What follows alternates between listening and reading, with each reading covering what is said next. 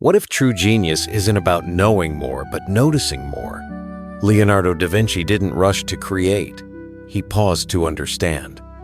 He turned attention into a superpower, and the ordinary into wonder.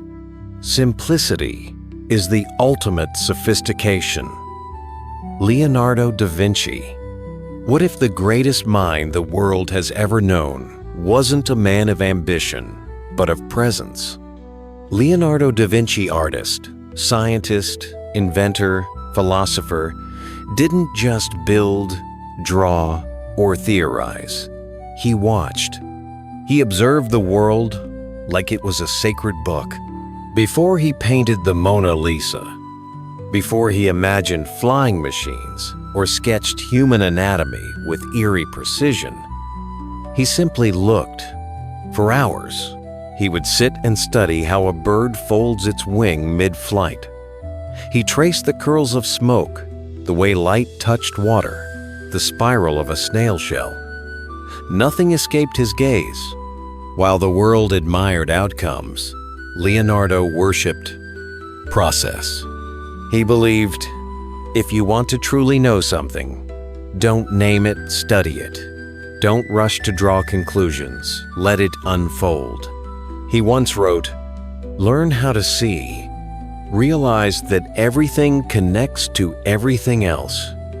It wasn't just about drawing. It was about dissolving separation. To Leonardo, the leaf and the lung, the river and the blood, the heavens and the eye were all patterns whispering the same language. This wasn't just artistic discipline.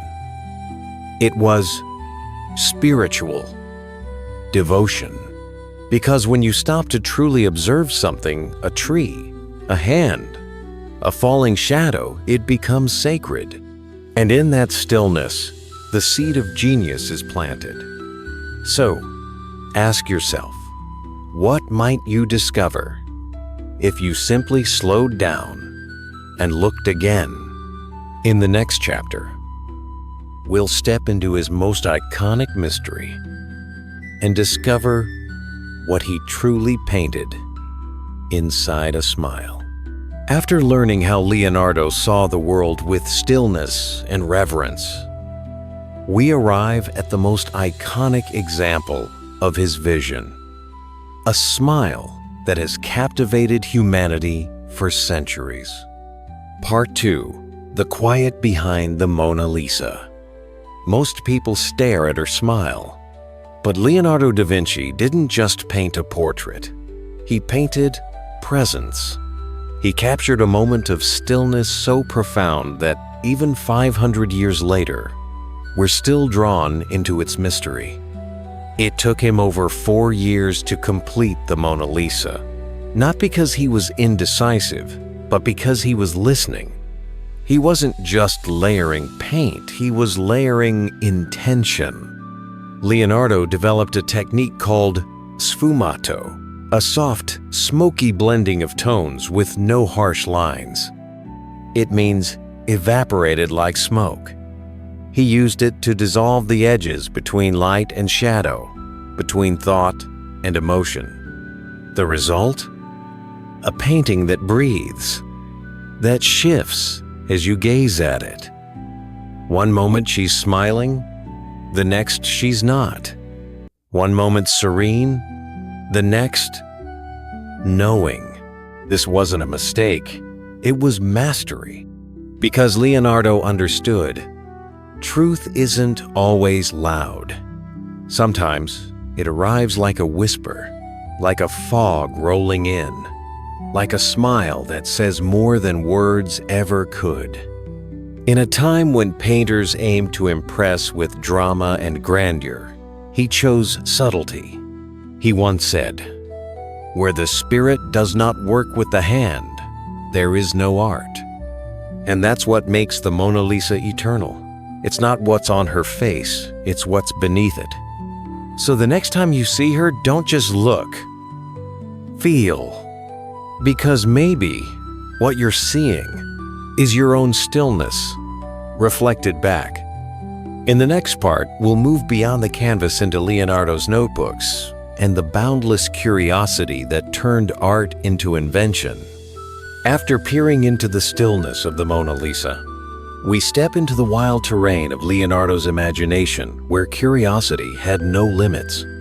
Part 3. A Mind Without Borders. Leonardo da Vinci didn't fit in a box, and he never tried to. He was a painter, a sculptor, an architect, a musician, an engineer, an anatomist, a botanist, a philosopher, a dreamer. But if you asked him, he would simply say he was a student of life. His notebooks, written in mirror script, backwards and left-handed, weren't meant for others. They were meant to slow down his own thinking, to observe more, to reflect deeper. In those pages, he sketched designs for flying machines centuries before the Wright brothers ever touched the sky. He imagined tanks, bridges, scuba gear, solar power. But it wasn't about invention for glory, it was about wonder. He once dissected over 30 corpses, not out of morbid curiosity, but to understand the human body with the precision and reverence of an artist studying the divine. He didn't ask, "Is this science?" or "Is this art?" To him, everything was one. He believed the patterns of the stars could be seen in a leaf, and the spiral of a shell could teach us about the structure of the galaxy. He once wrote, "Study the science of art. Study the art of science. Develop your senses, especially learn how to see." Leonardo didn't just master disciplines, he erased their boundaries. And in doing so, he reminded us, you don't have to choose one path. You just have to be awake. So ask yourself, what if you let your curiosity lead, instead of your labels? In the next chapter, we'll explore one of Leonardo's greatest gifts, the rare ability to strip away complexity and find truth in simplicity. After exploring Leonardo's boundless mind, we now uncover one of his quietest yet most powerful teachings, simplicity. Part 4. Simplicity as a Superpower. Leonardo once wrote, "Simplicity is the ultimate sophistication," and he meant it. In a world beginning to burst with noise and novelty, Leonardo sought the essence, the core.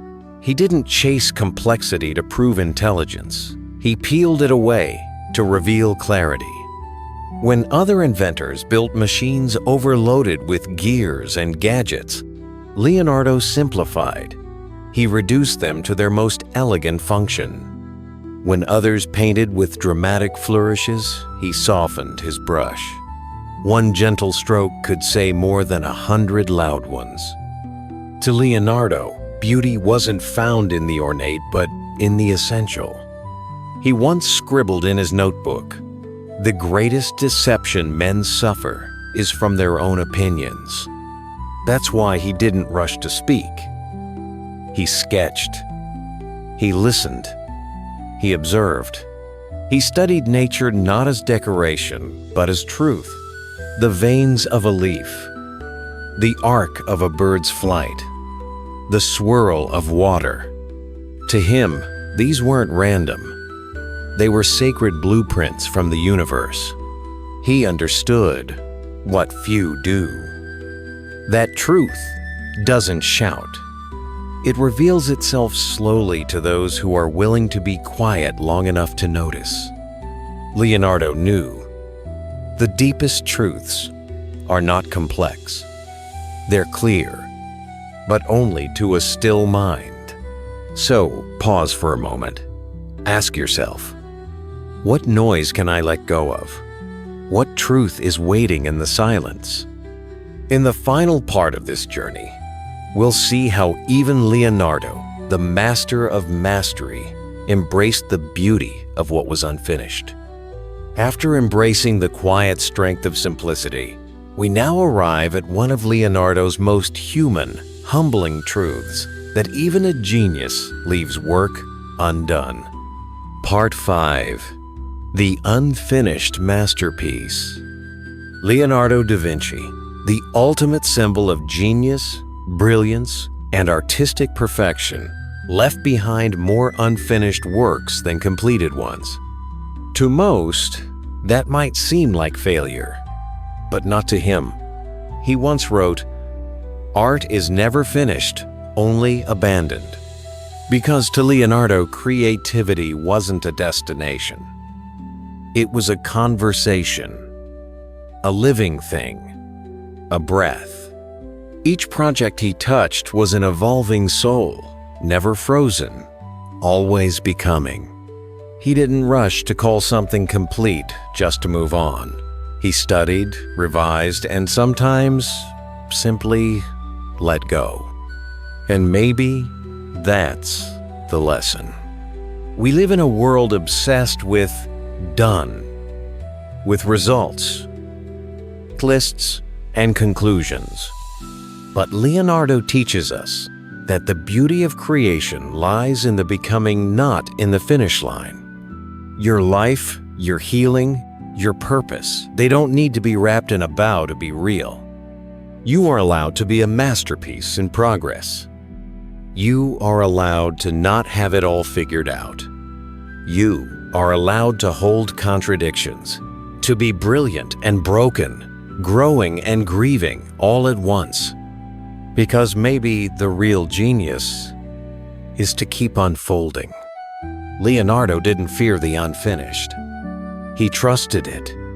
So take a breath, step back, and ask yourself, what if you're not behind, but exactly where you need to be? In the final chapter, we'll bring it all together and share how Leonardo's quiet mind can still awaken something powerful in ours. Leonardo da Vinci didn't just live, he observed. He didn't hurry toward answers. He lingered in questions. He watched the world unfold like a poem. And in doing so, he left behind something far more valuable than inventions. He left invitations to pause, to look again, to strip away the noise and reconnect with what is essential. He showed us that simplicity is not weakness, it's wisdom. That stillness is not laziness, it's power. And that wonder isn't just for children, it's the engine of genius. Leonardo's life reminds us, you don't have to be loud to be profound. You don't have to be finished to be worthy. You don't have to know everything to begin creating something meaningful. So if this story sparked something in your heart, don't keep it to yourself. Share this video. Let someone else rediscover their own light. Leave a comment. What part of Leonardo's story inspired you most? Your feedback helps us grow this mindful community. Subscribe to Mindful Way Television, ***, where the most powerful truths aren't shouted, they're remembered. Because the next masterpiece isn't hanging in a museum. It's waiting inside you. And it begins the moment you choose to see with wonder.